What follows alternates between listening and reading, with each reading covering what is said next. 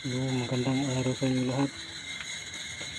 Ito ngayon yung tuturo ko sa inyo ngayon kung paano ginawa yung kara na to. Meron akong drawing dito. Ito na yun siya. Yung haba niya 230 mm. Sa dito lang, pinutol ko dito 200 mm. Yung border niya, yung slot, yung haba niyan, nagpalagay mo yung haba natin sa slot nasa 80 mm. 80 mm yung slot natin. Tapos yung number of slot natin nasa ano to, 16 piraso, 16 slot to.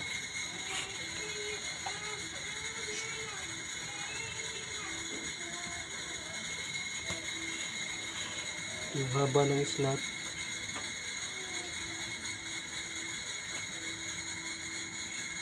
itim.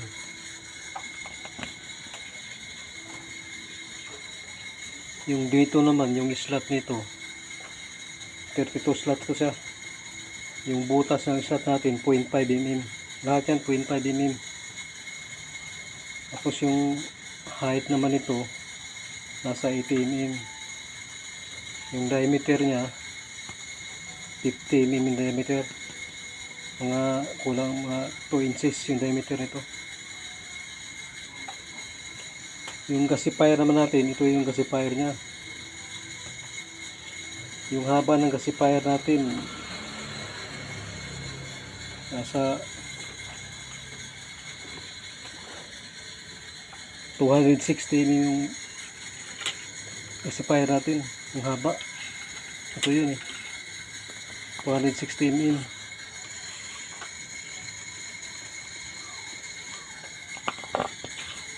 Ito yun siya. Ito yung rod natin. Ito yung rod na to. Ito yung pumapasok dito sa loob ng gasifier natin.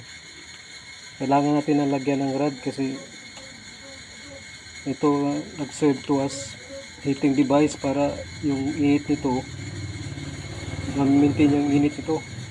Tapos saka yung pasok ng diesel natin, hindi siya agad na volume yung pasok niyan. Kinakailangan paunti-unti lang yung pasok ng diesel natin. Kaya yung allowance ko nito 1 mm, bali 0.5 mm banda-banda.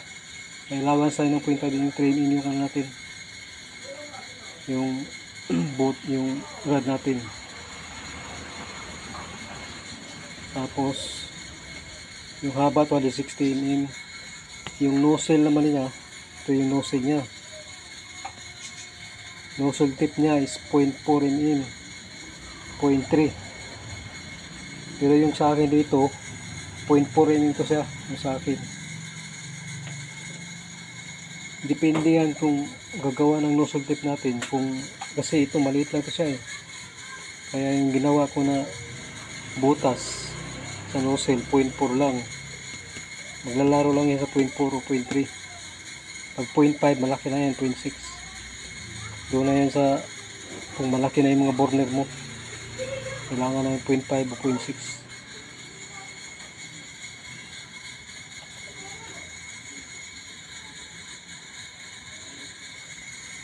Meron din akong ano dito, yung mga nagawa na yung hindi ko pa natapos. Ayan, ito lang yun siya square tube natin na diuna 1 inches by 1 inches. Ito lang yung tubo natin na didos.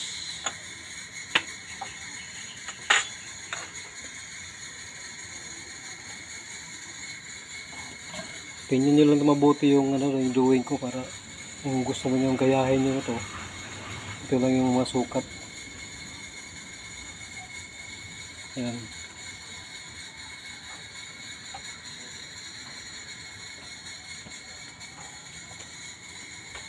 Hindi ko pa ito nalagyan ng kuan, sangkalan. Kayo na lang maglagay ng sangkalan, mayroon. Pwede ditanggal ng sangkalan. Yung spacing nito sa kuan, yung dito niya, ito yung importante niya, yung spacing ng slot natin, 5mm. Yung spacing dito, 5mm yung spacing niyan. Ito, 5mm. Yung purpose naman ng 5mm niya, para yung apoy niyan, kasi medyo makitid na yung apoy niyan, maminti niya yung apoy sa gasifier natin. Kung masyadong maluwang yan, pwede naman maluwang, pero mas maganda yung kuan, ito 5mm. Kadalasan ng ano ko 5mm, basta sa gasifier lang. Pero kung dito, pwede na kahit hindi 5mm yung allowance nito, depende na yun sa inyo dito. Basta yung importante yung gasifier natin, kasi ito dapat mainita itong husto talaga.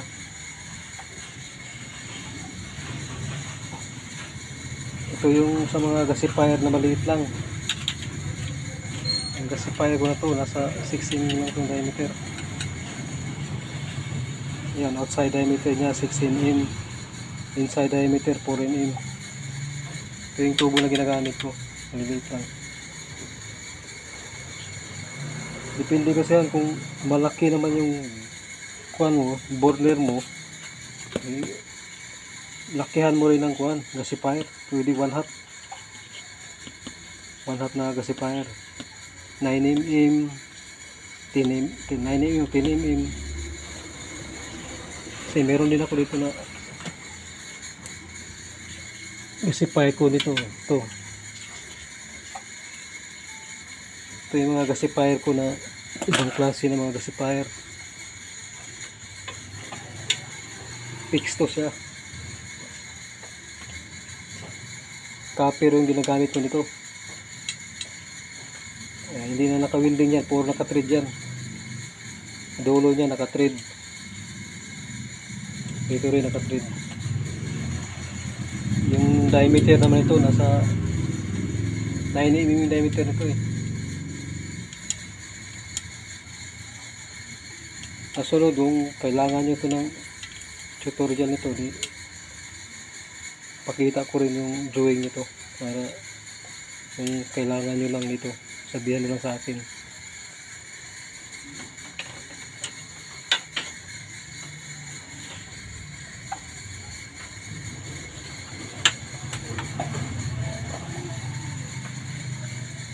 Ito yung iba kong burner, ito siya, nagagawa malaking burner, mga kuha na to eh, D4 na to eh, D4 na burner. Ito yung kapal nito, nasa 3mm yung kapal. Ito mahirap to lagarin.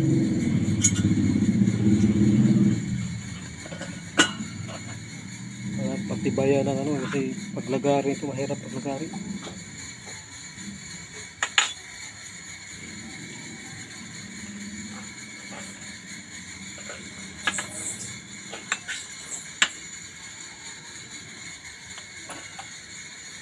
Yung rod niya sa lalim, maliit lang. Yung sa lalim.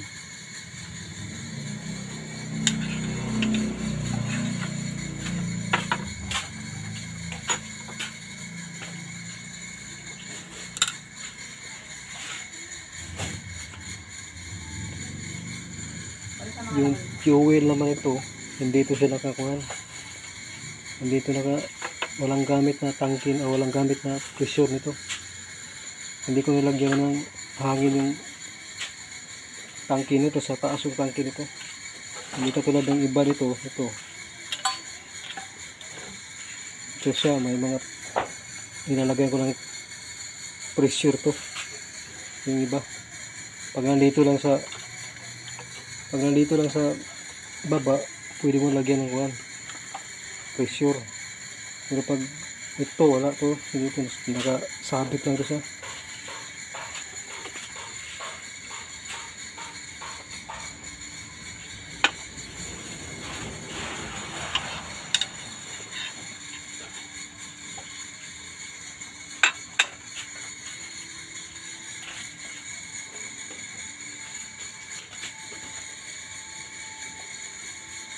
Di hanggang dito na lang. Salamat.